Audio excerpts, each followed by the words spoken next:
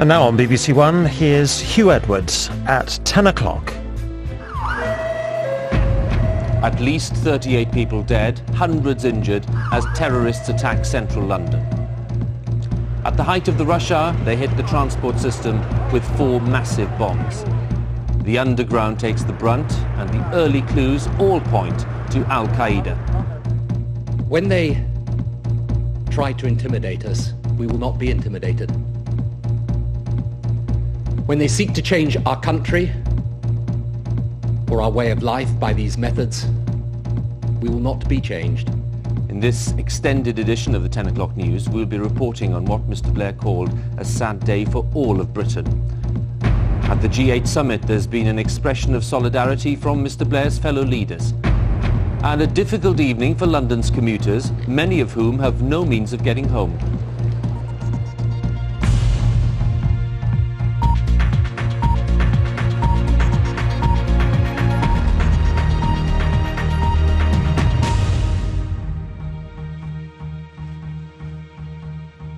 Good evening. Today's terrorist attacks in central London have claimed the lives of at least 38 people. Hundreds have been injured, dozens are critically ill tonight. Police say that the attackers, believed to be Al-Qaeda, gave no warning. The deadliest ever peacetime attack on London began at 8:51 this morning on an underground train approaching Liverpool Street Station. That first bomb killed 7 people. 5 minutes later, a second bomb on a train near Russell Square and King's Cross. This one killed 21 people and injured many more. At 9:17, a third bomb on a Circle Line train at Edgware Road. Another 7 people were killed as 2 other trains were caught in the blast. And then at 9:47 in Tavistock Square, a double-decker bus was destroyed by the 4th bomb. There were more terrible injuries and 2 people were killed. Our first report this evening is by our special correspondent, Gavin Hewitt. Terror came to London today in the heart of the rush hour. It was aimed at ordinary people using the tube, using a bus service. Sorry, we've got a major incident here. Sorry, can we move off the road? 4 powerful bombs left people dead, dying and horribly injured. Many more had been terrified 100 feet underground when the bombs exploded. And all of a sudden there was this explosion, a bit white, appeared, and then it was just smoke everywhere. In the tunnel, we was trying to close the doors because there was just smoke, you couldn't breathe. The worst terrorist attack in Britain began at 8:52 this morning in a tunnel between Aldgate Station and Liverpool Street. We were on there for like 30 seconds, and then there was just this explosion in the carriage next door, and then it was just all this smoke and you couldn't breathe. 7 people were killed here and scores injured. People were forcing the doors to get some air in, and when being evacuated, we actually saw the carriage and the roof and the side just went off. It was on the rails, and you literally saw people, like the people on the next carriages that were standing next to windows, their ears were blown up with blood all over the arms and everything, and the people that were inside the carriage, they were just literally full of blood and dark, and they were still screaming, and the paramedics were there. And Ladies and gents, we need to clear now Russell Square. Please, for your safety, please start moving down.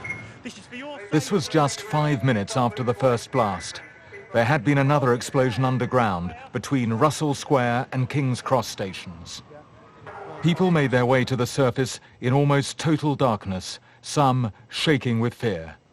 People started to scream because there was a burning smell, and everyone, to cut a long story short, thought they were going to die.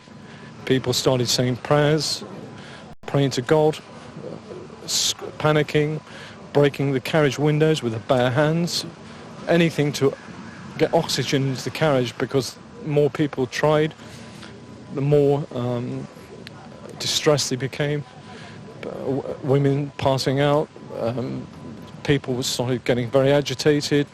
There was no communication from any drivers. Everyone was in pitch black. Then the emergency lights came on, and more smoke started coming into the carriage, and we were there for something like 20 to 30 minutes, during which the smoke intensified, the screaming intensified, the hysteria, and that's what it was, became almost to a state of pandemonium. Scores were injured here and 21 people died. Then, shortly after, a third blast, this time at Edgware Road Station. The explosion was so powerful it ripped through a carriage, a side wall, and into 2 other trains. The roof had just been blown upwards and outwards. Doors were on the track, and there was just people screaming and wailing. People are dying in here. Help us! Help us! And it was awful. People comforted each other as they walked away. At least 5 people died here at Edgware Road. By now, a major emergency operation was underway. At 9:33, the entire London Underground network was suspended. At this point, officials thought they were facing power problems. But within an hour, there was an explosion at the back of a bus in Woburn Square. The entire top section was blown off. From the back, there were just a few seats remaining. 1 minute is bus, next moment the whole thing had just literally peeled off like a sardine tin. People got flung out from the top, and there was just debris, there was smoke, a lot of smoke, and then people were just kind of literally staggering around. By now, Scotland Yard knew they were facing what they had long feared and expected, a coordinated terrorist attack on London. Some eyewitnesses reported seeing part of this bus flying through the air. With this incident in particular, police are investigating whether it was the work of a suicide bomber. If confirmed, this would be unprecedented in Western Europe. At least 2 people died here. Shortly after this incident, the police made their first major statement. Stay where you are. All of London's transport is currently disabled or stopped, whether that's buses or trains. So the safest thing that everybody can do is to stay where they are. The police put into effect their long-rehearsed plan for dealing with a terrorist attack. 3 hours after the first explosion, Tony Blair announced he was leaving the G8 summit and returning to London. It's reasonably clear that there have been a series of terrorist attacks in London. There are obviously casualties, both people that have died and people seriously injured. And our thoughts and prayers, of course, are with the victims and their families. The police say 4 bombs exploded today, and there were no warnings. These attacks were aimed at killing large numbers of people using public transport. This clearly was a callous attack on purely innocent members of the public, deliberately designed to kill and injure innocent members of the public.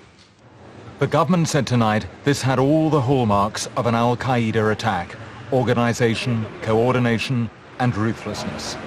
We know that these people act in the name of Islam, but we also know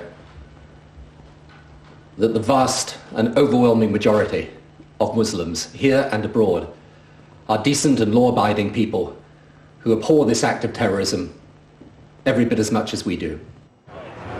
For thousands of people across the country today, there was the agony of not knowing what had happened to their loved ones. We got a call early this morning and saying that my sister saying that, telling us basically what had happened and that she was hurt and that she's on the tube somewhere and that she's at Russell Square, but no one's really telling us anything at the moment, so we're just kind of waiting to see what happens. It's just the not knowing, the phones are down, it's just the not knowing. We just want to get through and know she's safe. Tonight, London was a changed city, largely empty of traffic. People walking home, unable to use tubes or buses. But what was striking was the calmness of the crowds on the day that London suffered. Gavin Hewitt, BBC News, in central London. Anti-terrorist officers haven't ruled out the possibility that a suicide bomber carried out the last attack on a double-decker bus. The explosion near the British Museum in central London destroyed the vehicle and at least 2 people were killed. Fergal Keane's report begins with images captured on mobile phones. This is London, 9:47 on a midsummer morning. The terrified voices are those of mourning commuters. Some of them terribly wounded. These images captured by a passer-by moments after the explosion. I probably saw maybe 20 people lying on the floor, not moving, and then lots of people like myself. So I looked out my window and there were people screaming. All the front of the building had been, or the glass had been blown in. I looked out another window which was facing the bus, and there was a lot of smoke and some bodies, and the roof had been torn off the top of the bus, and I only looked for a couple of seconds, and then everyone started screaming, and we got out as quickly as we could. The terrorists struck one of the city's most reassuring everyday symbols, a London bus, the number 30 from Hackney to Marble Arch. Those sitting upstairs took the full force of the devastating blast. Shards of metal, the blood of the wounded, blasted onto nearby buildings. Shrapnel scarring the headquarters of the British Medical Association. Cars abandoned in the panic-stricken aftermath. What many remember is the extraordinary noise of the blast, rising above the noise of rush hour. It was probably one of the worst noises I've ever heard in my life. Your gut drops when you hear it. It was the loudest boom ever. It literally sounded like two trains colliding. As some of the wounded were ferried away, doctors at the scene set up a field hospital to treat others. I worked in casualty for 6 months, but this is like having 6 months of casualty in 3 hours. Every injury you can think of, every serious injury I've ever seen over a long period of time, you saw within a few hours. As the day wore on, police brought in sniffer dogs to check for further devices. They were followed by forensic experts, sifting slowly through the debris. After the terror, the hunt begins for clues as to who might be responsible. The police have moved their cordon forward several times. That underscores a central fact. There isn't just a sense of shock here, but one of continuing fear. That's certainly the feeling you get talking to people as they've been leaving the city this morning. That no matter how many warnings they've had, nothing could have prepared them for this. Tonight, one of the doctors who'd struggled to help the injured came back to the scene. Haunted forever, he told me, by the image of a young woman dying in a colleague's arms. I've seen so many dead people, but this is something. And then I thought, what ordinary people will be thinking when I can feel the after effect of this carnage, what ordinary people, lay people will feel about that. The attack on bus number 30 was an act of terror with one aim, to strike at the familiar, the routine, at what is secure in a city's life. Fergal Keane, BBC News, Tavistock Square. This was the first ever terrorist attack on London's underground system, and the most damaging explosion happened at King's Cross, where 21 people were killed. Our home editor Mark Easton was in the area at the time.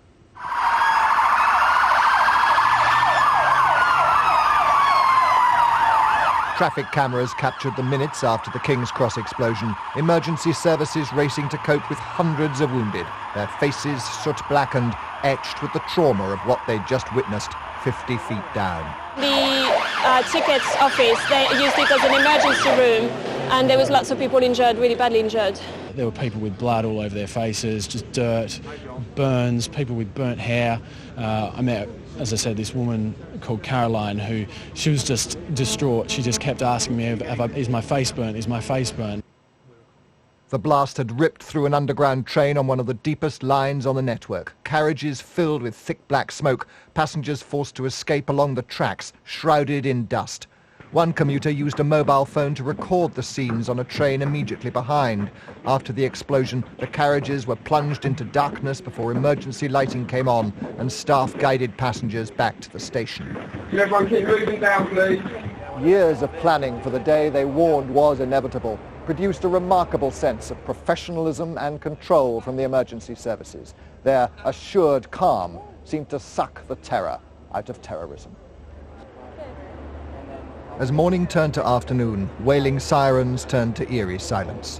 Deep underground, a rescue operation continued. A line of ambulances queued to take injured to hospitals, but many left without hurry, their occupants beyond help. Meanwhile, the crowds of commuters and tourists thronging the streets outside the security cordon fully aware of the mass murder inflicted beneath their feet, seemed intent on searching out normality. 24 hours ago was the euphoria of winning the Olympics. Tonight, the horror of losing so many lives. But if it was Al-Qaeda and the aim was to terrorize London and Londoners, the mood here tells me they've failed. Mark Easton, BBC News, at King's Cross. Well, let's go to Scotland Yard and talk to our Home Affairs correspondent, Margaret Gilmore. Margaret, over 12 hours after the first attacks, what is tonight's assessment of how the emergency operation worked today? Well, this was the scenario they always dreaded, a bomb in the depths of the London Underground. But they have for a long time had intelligence suggesting a will to disrupt the transport infrastructure. So this was a well-rehearsed scenario. And when it happened, however terrifying, however horrendous it must have been for those involved, for the professionals, the training kicked in. There was immediate backup from surrounding counties, extra police, extra medical staff. And what impressed me when I was out and about this morning was that after the initial confusion, how cool the emergency services were, how much of London they did manage to keep going, and indeed how dignified the public were. Margaret, we heard the Prime Minister talking about an immediate, intensive, unprecedented search for those responsible. What have you gathered tonight about the direction and the pace of the investigation? Well, they can see that this was clearly the work of a terrorist cell. There is a strong suspicion amongst security sources I've been speaking to that the bus bomb may well have been carried there by a suicide bomber. They are investigating as we speak the possibility, only a possibility at this stage, that there were other suicide bombers amongst those who planted the bombs on the undergrounds. A key question, were they foreign or were they homegrown British? And thus more difficult to detect. What I can also tell you, Hugh, tonight, those that make these decisions gathered at MI5 across the way, and they have raised the threat level to the UK. It dropped very, very slightly about a month ago, raised again this evening, a decision that has been approved, amongst others, by the Prime Minister. Margaret, at Scotland Yard, thank you. Her Majesty the Queen sent a message of sympathy to the relatives of those affected, and there were expressions of solidarity from world leaders, including those gathered at the G8 summit in Scotland. Nicholas Witchell has more details. They'd gathered at Gleneagles to try to do good. Instead, the G8 leaders stood shoulder to shoulder to condemn evil.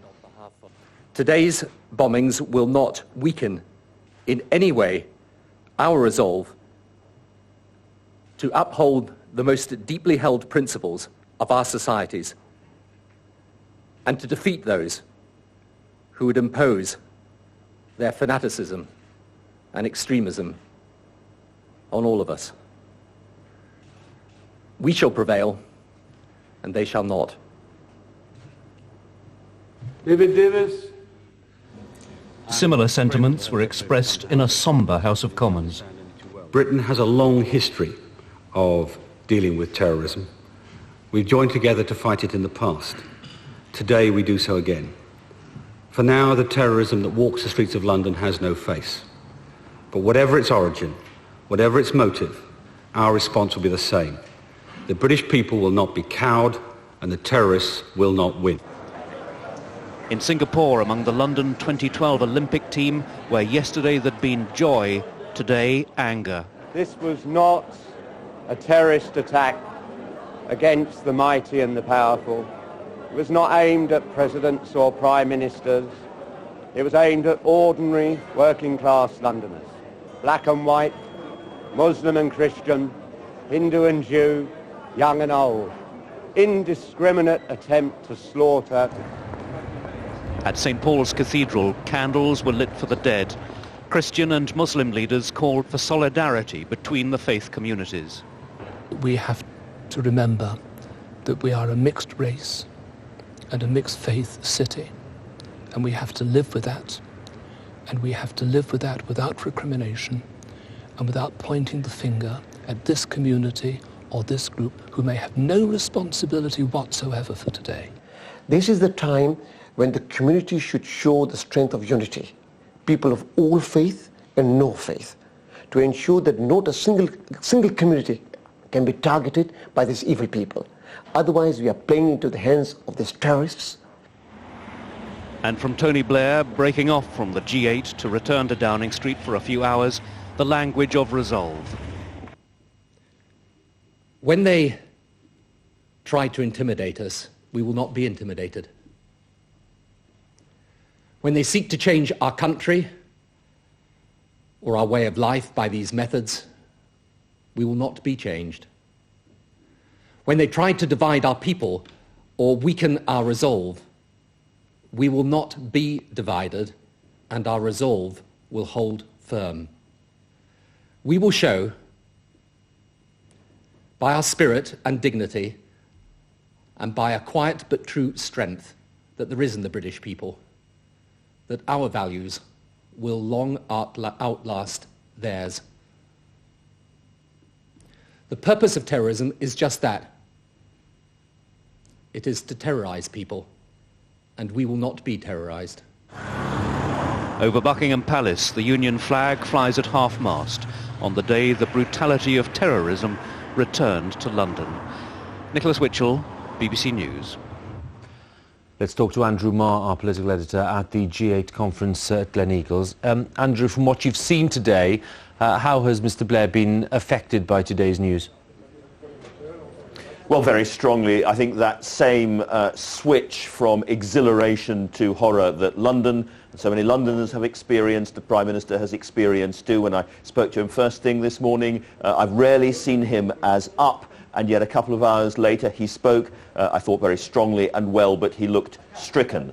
Now, the politics of this, once the first shock fades, will be important. There will be lots of arguments, good democratic arguments, about whether the new powers that the state is being taking over pulling people in, ID cards in front of the House of Commons at the moment, whether those are effective. There will be arguments about global policy. But I think the general way that Tony Blair has led this country, the fact that it is a mixed, very open, porous country, and at the same time a country which takes extremely high-profile and controversial positions in world politics, that's not going to change. Well, he's back there tonight, Andrew, at the conference. It's such an important summit, such big issues at stake there. How's it been affected, do you think, by what's happened in London? Well, there is determination here that the communiques, the all-important agreements on Africa and climate change will go ahead, that they will be agreed tomorrow. Tony Blair has come back and he's going to focus absolutely on those tomorrow. The African delegations and many campaigners here, you can imagine how they feel. They thought that this was going to be their big moment in the world stage, with the world's eyes gaze looking on them, and that has been partially removed by the terrorist attacks in London. Nevertheless, we will see some important agreements tomorrow. We're already seeing a lot of the detail of the climate change agreement. The French have leaked most of that. And a lot of non-governmental organisations, campaigners, will be very disappointed because the Kyoto targets are not there. But people, including President Chirac himself, believe the Americans have come a long way, that George Bush is treating climate change with a seriousness that he hasn't before. That in itself is a big story. Tony Blair is determined that that will be part of the story tomorrow. Andrew Marr at Gleneagles, thank you. Hospitals across London were put on a major incident alert. Hundreds of casualties were taken to accident and emergency departments. Some were driven there in double-decker buses. And medical teams treated dozens of people on the streets. As Anita McVeigh reports now. Within minutes of the explosions, more than 100 ambulances were dispatched as across London, hospitals put their major incident plans into practice. So many casualties that even double-decker buses were used to bring the walking wounded for treatment. Above the traffic gridlock, an air ambulance allowed medical teams to move around. 3 hospitals treated the bulk of the casualties, including the Royal London in Whitechapel. Almost 200 people from 2 of the explosions were taken here, their injuries ranging from superficial to critical. A lot of orthopaedic serious injuries, bone fractures, some patients with severe limb damage, burns as well. So there's quite a range of quite severe injury. At St Mary's Hospital in Paddington, they waited to receive the first casualties from the Edgware Road explosion. 36 people treated here. including Chris Randall, who, like so many of the wounded, had simply been on his way to work. I felt a burning sensation on my hands, put my hands up to my face.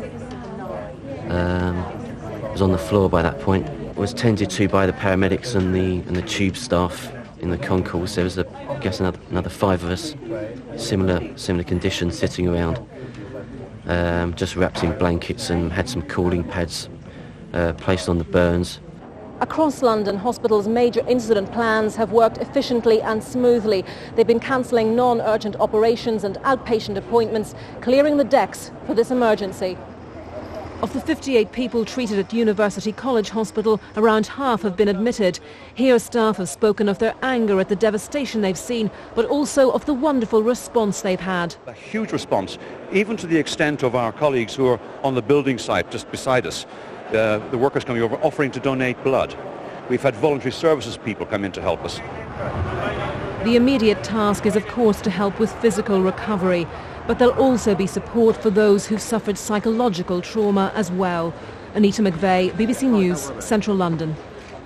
Well, let's talk to Jill Higgins, our health correspondent, who's at London's University College Hospital. What are they saying there about the number of people being treated, Jill, and about the nature of the injuries there?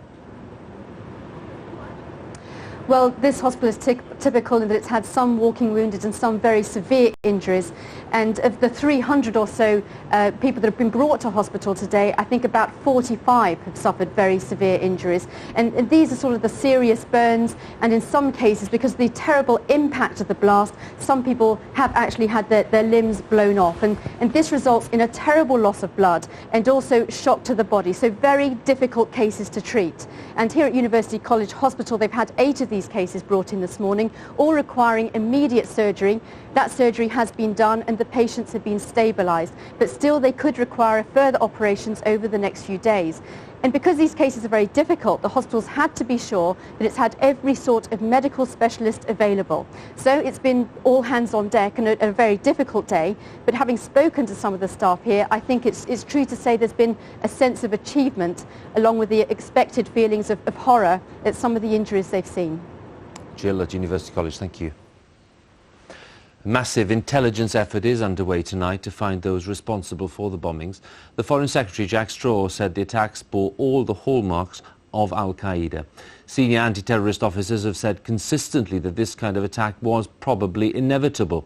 Our security correspondent, Frank Gardner, looks at the clues which point towards Al-Qaeda. At the multiple crime scenes across central London, police have begun their investigations, focusing on whatever forensic evidence they can gather.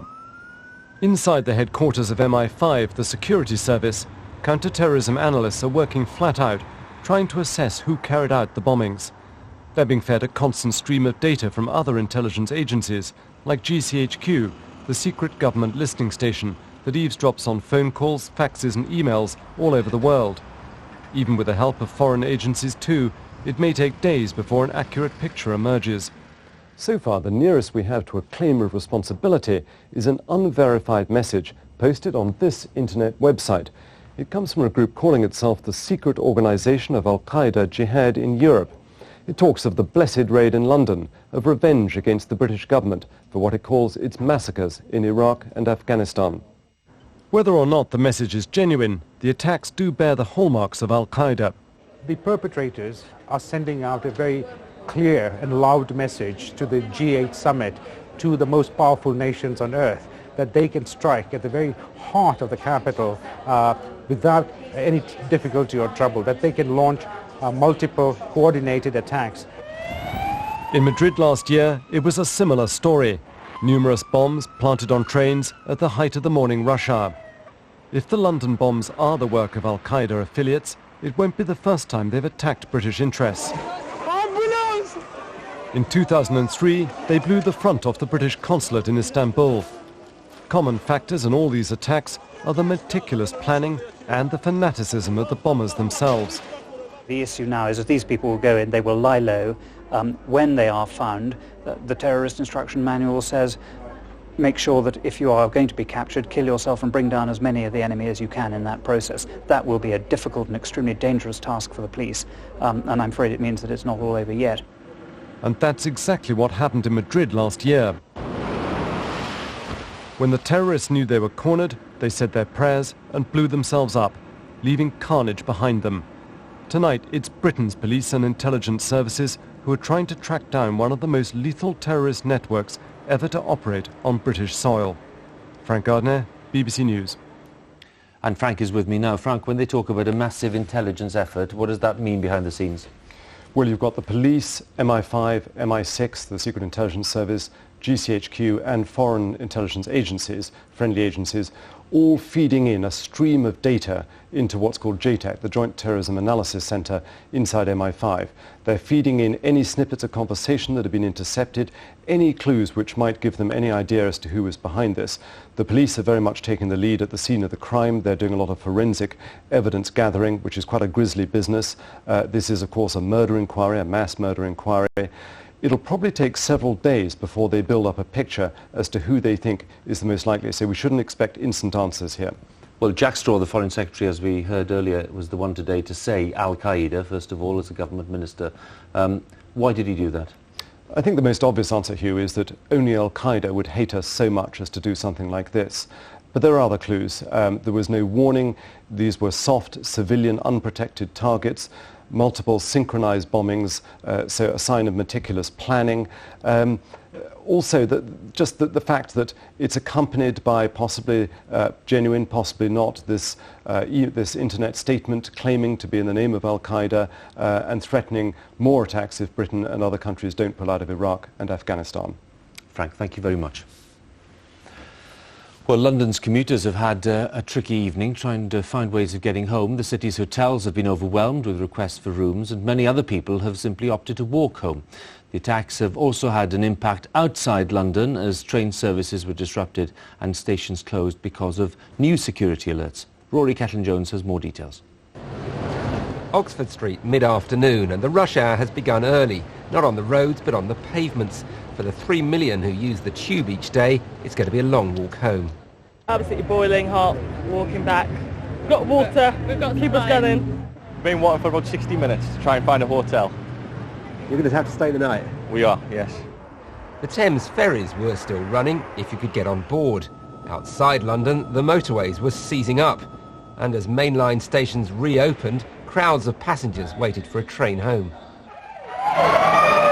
It was just after 9 this morning that every tube train was halted, every station closed, as reports of the terror attacks came through.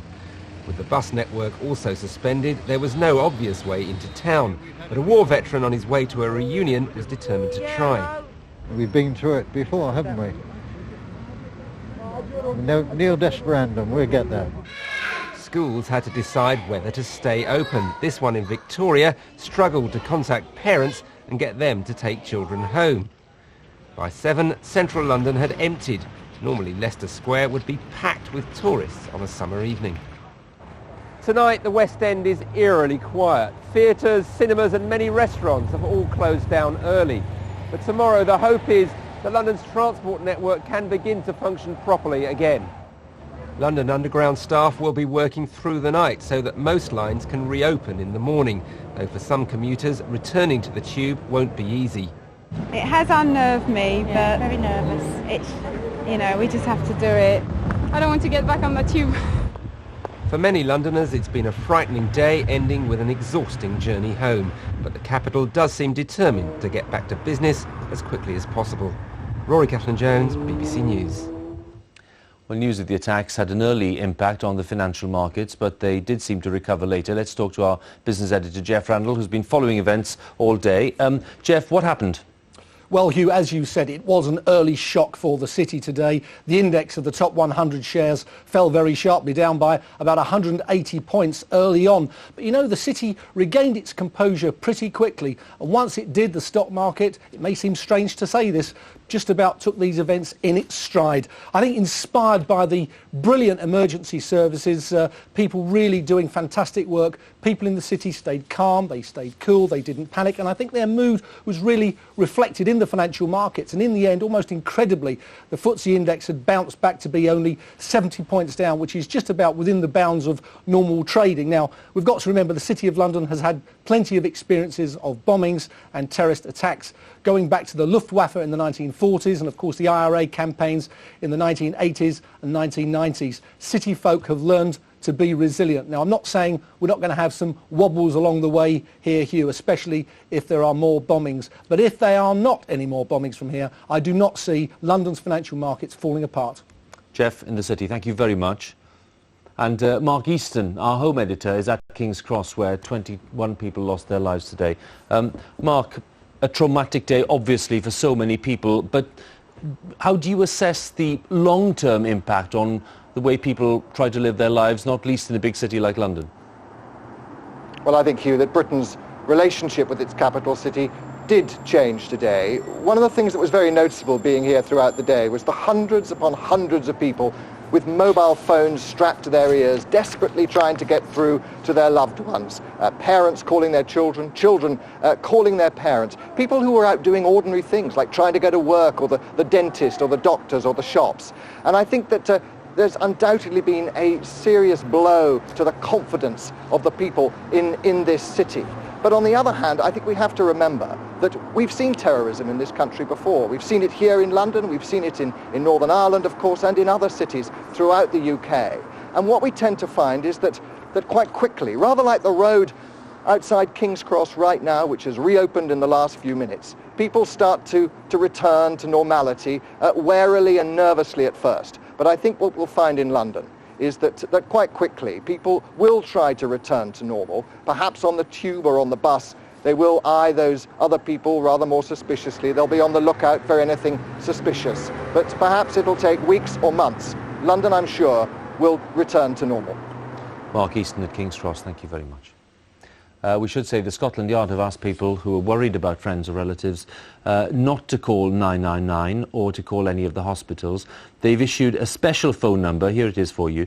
It's 0870 1566 344. Once again, 0870 1566 344. We'll be back a little later. Now it's time to join our news teams across the United Kingdom. Bye for now.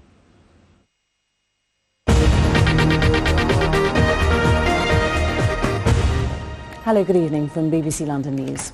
The Mayor Ken Livingstone has praised Londoners' resilience in the wake of the terrorist attack on the capital. Speaking from Singapore shortly before flying home, he sent out a defiant message to the attackers that they would never succeed. Matt Barbette reports. Checking in to fly back to what they expected to be a hero's welcome. But for the people involved in London's successful Olympic bid, that's now the last thing on their minds. Devastated, completely and utterly devastated. And this is our town, our city, our home, and we're praying for the people that have been affected. That's all for now. Thanks. As the new Olympic minister Tessa Jowell rushed off to contact London, Mayor Ken Livingstone made an emotional condemnation of today's attacks. This was not a terrorist attack against the mighty and the powerful. It was not aimed at presidents or prime ministers. It was aimed at ordinary working class Londoners, black and white, Muslim and Christian, Hindu and Jew, young and old. Indiscriminate attempt to slaughter irrespective of any considerations for age, for caste, for religion, whatever. That isn't an ideology. It isn't even a perverted faith. It is just indiscriminate attempt at mass murder. The same spirit that had just won London the Olympic race would, he said, defeat the bombers. And nothing you do, however many of us you kill, will stop that flight to our cities, where freedom is strong and where people can live in harmony with one another. A real contrast with the mood in Singapore this morning. Lord Coe still savouring a narrow victory over Paris and starting to focus on the future and the 7-year build-up to the 2012 Games. Those plans may not have changed, but the euphoria quickly vanished, the crews packing up in silence. Matt Barbette, BBC London News. Well, immediately after the attacks, the entire tube network was shut down. Much will remain that way for the foreseeable future. A skeleton bus service, though, has now been brought in. Let's cross to Nicola Bezic with the travel update. Nicola. Thanks, Emily. Well, they're going to be working hard tonight actually to get all the trains in the right places on the underground, because there's going to be no service for the rest of this evening. So service suspended until end of service tonight. But tomorrow, this is what they're expecting to happen. They will run some services, but this is the disruption that they are expecting at the moment. So no Metropolitan line running through central London, no Piccadilly line between Arnos Grove and Hyde Park, and they don't expect a Circle line or a Hammersmith and City line to be in place. On top of that, King's Cross Underground Station, they expect that to remain closed through tomorrow as well. Now, the overground arrangements, at the moment the mainline stations are all recovering, running as normal apart from King's Cross. That's where Wagon and Gierney are. They're running very, very limited services out of King's Cross at the moment, as well as inbound. But hopefully for tomorrow it will be a near normal service for all the mainline London stations. Now, for the roads, obviously still some closures in place. You can see King's Cross at the moment, the roads around Euston Road. Now that is now running. You can see a few cars running through there now, so they have actually reopened that through King's Cross. But the main incident areas will probably remain closed for 48 hours, so until Saturday morning. They include Aldgate High Street, Chapel Street, Russell Square, Southampton Road and Upper Woburn Place. Now, otherwise on the roads, congestion charge obviously suspended today, but for tomorrow they will suspend it once again. But the advice from police and Transport for London is do not come into central London in your car, because the emergency services still need to carry out their work. And the buses, you'll be pleased to hear, normal service through central London. The night buses will run as well, but obviously restricted around those main incident zones. Nicola, thanks very much for that. Well, clearly those travel arrangements are constantly changing. BBC London 94.9 FM is running a special service throughout the night and into tomorrow morning. Updates too online at bbc.co.uk/London. Schools across Westminster will be closed tomorrow as travel into central London remains problematic. In other boroughs, though, head teachers are making their own decisions about whether to open their doors or not. I assume that as the transport is all down, it's not going to be fixed by tomorrow, and it would be much better to make a decision now that would affect everybody, and at least everybody would know where everybody was and be at home safe. Those who did make it into the capital this morning may have found their colleagues still stranded or their offices firmly closed. Many shops and businesses shut early to give workers the time to head home. Mike Ramsden reports. London closed early today. Shops and offices shut down to give people a fighting chance of getting home. Many of them won't be attempting the journey into London tomorrow. I think with the uncertainty of what's happened and whether the transport links will be up and running again, we've been told not to come into work tomorrow. In Canary Wharf, people were marooned when the buses and underground stopped. A queue of thousands stretched along the river. Ferries were packed, the only public transport available for much of the day. Away from the turmoil, London took on an eerie calm. Streets that were normally full of traffic were empty. All day, phone networks have been overloaded with calls. People checking family and friends are safe, then trying to find a way home. I'm not sure what I'll do. I'll probably have to see if I can find a hotel to spend the night or something. But tomorrow morning there'll be another difficult journey back into London. Mike Ramsden, BBC London News. Now let's get a check on tomorrow's weather prospects with Peter Cockcroft. Thanks very much. Clear spells for most of us overnight tonight, though we will keep a few showers going to the east of London, and they could pep up again tomorrow. So there could be the odd heavy shower in Essex, perhaps a rumble of thunder there, but for most of us there will be some warm sunshine. And at the moment it's still looking dry, sunny and warm for the weekend. That's the forecast. Peter Cockcroft will be here tomorrow with much more on this main story, but for now it's back to Hugh Edwards. Good night.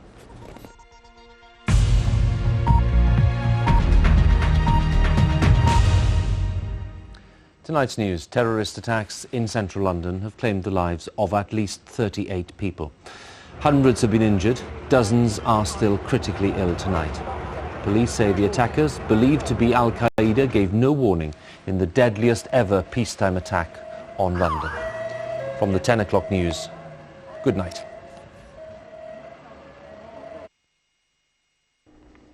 Hello there. It's been a cool and cloudy day once again for many of us today. Well, they learned, first of all, that they've got to train their emergency services people to deal with it. You've got to keep preparing them, you've got to keep drilling them and giving them exercises, and it looked to me like that had all been done here in London, and because the emergency services people were superb. And then I think what you learn is that people who live in freedom have more strength than people who live in oppression. And when they're called upon to draw on that strength, they can. And this isn't the first time the people of London have demonstrated that to the world. Does this incident today, these incidents, tell us anything about how the war on terror is progressing? We're still at war with terrorists. They still have the capacity to harm us. I think that capacity has been reduced but not eliminated. And maybe because so much time had gone by since September 11, some people had become somewhat complacent, in general.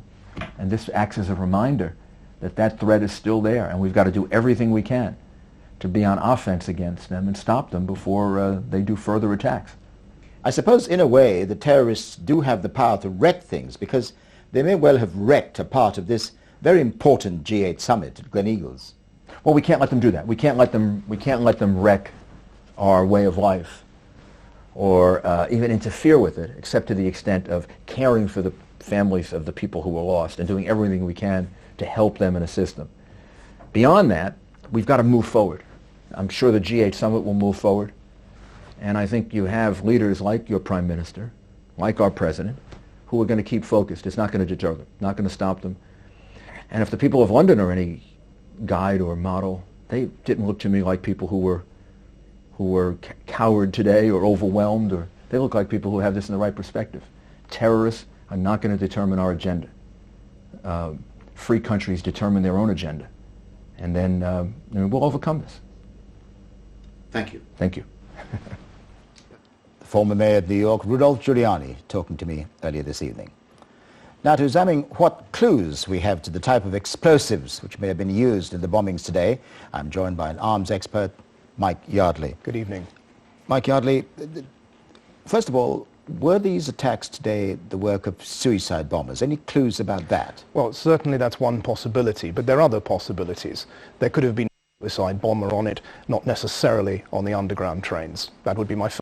Remembers, part of V45, Sunday from 10:30 on BBC One.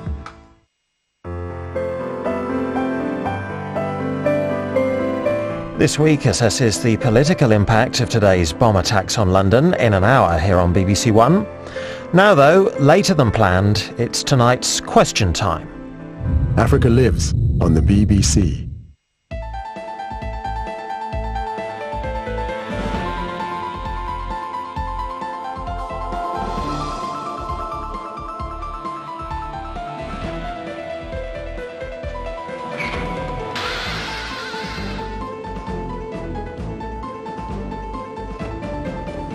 Tonight on Question Time from South Africa, Baroness Amos, British Cabinet Minister, former International Development Secretary, Morgan Tsvangirai, leader of the main opposition in Zimbabwe, the MDC, Mletsi Mbeki, leading South African commentator, brother of the country's president, with whom he often disagrees, Bianca Jagger, human rights campaigner, and Edna Ismail, Foreign Minister of Somaliland.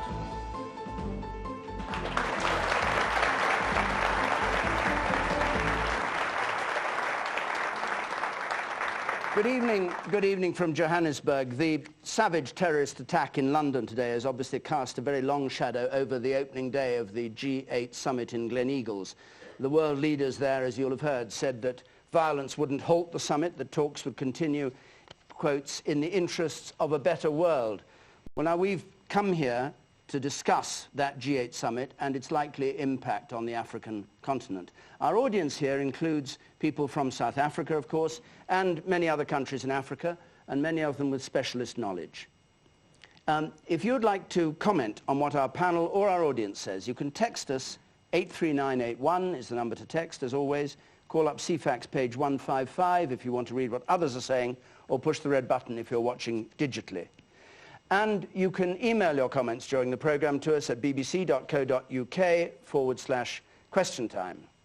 So let's have our first question tonight. It comes from Iqbal Jazbeh. The attacks in London today is an attack on all humanity, whether one is in South Africa or Somaliland. What should be done in terms of a range of approaches to immobilize global extremist violent movements? Mletsi Mbeki. Well, I don't think there is a magic formula that one has for immobilizing terrorist organizations like Al-Qaeda and so on. But you definitely, I think, the resolve that the British Prime Minister showed when he spoke, when this news was announced, is the message that has to be sent to people who think that they can change the world by killing and injuring innocent civilians. So I was very glad that the British government made it very clear that they are not going to change from their policies. They're going to pursue their policies, but they are also